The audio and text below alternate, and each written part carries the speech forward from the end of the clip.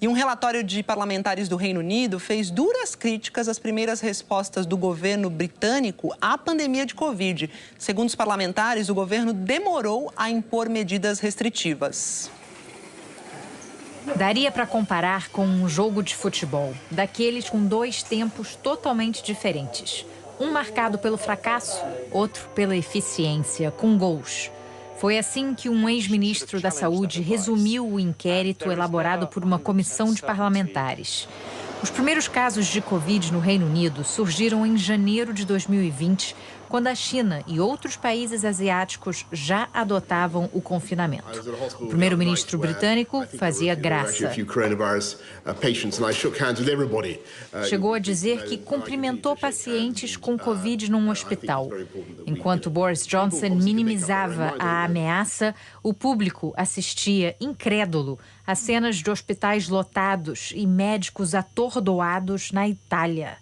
Em 16 de março, cientistas britânicos recomendavam com veemência as medidas restritivas, mas elas só foram adotadas uma semana depois. Na contramão do que acontecia na Ásia e em alguns países europeus, as fronteiras britânicas continuavam abertas para turistas e para o vírus. Segundo o relatório, essa demora em impor o distanciamento social e o lockdown total na Inglaterra custou milhares de vidas, principalmente em lares de idosos. E se traduziu num dos maiores fracassos da história da saúde pública britânica. Em abril de 2020, a realidade se impôs. Boris foi infectado, passou uma semana internado e mudou o tom. Injetou dinheiro no desenvolvimento de uma vacina e apostou em imunizantes que ainda não tinham sido aprovados. Paralisou o país com 3 lockdowns severos e gastou mais de 70 bilhões de libras para financiar salários e salvaguardar quase 12 milhões de empregos. Uma ajuda financeira que só deixou de existir esse mês.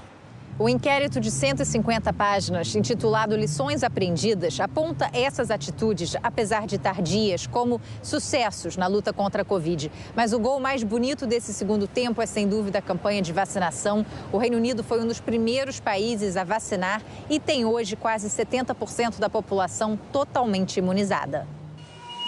Nas palavras dos parlamentares, a pandemia, que matou mais de 150 mil pessoas aqui e quase 5 milhões mundo afora, foi o maior desafio em tempos de paz do último século.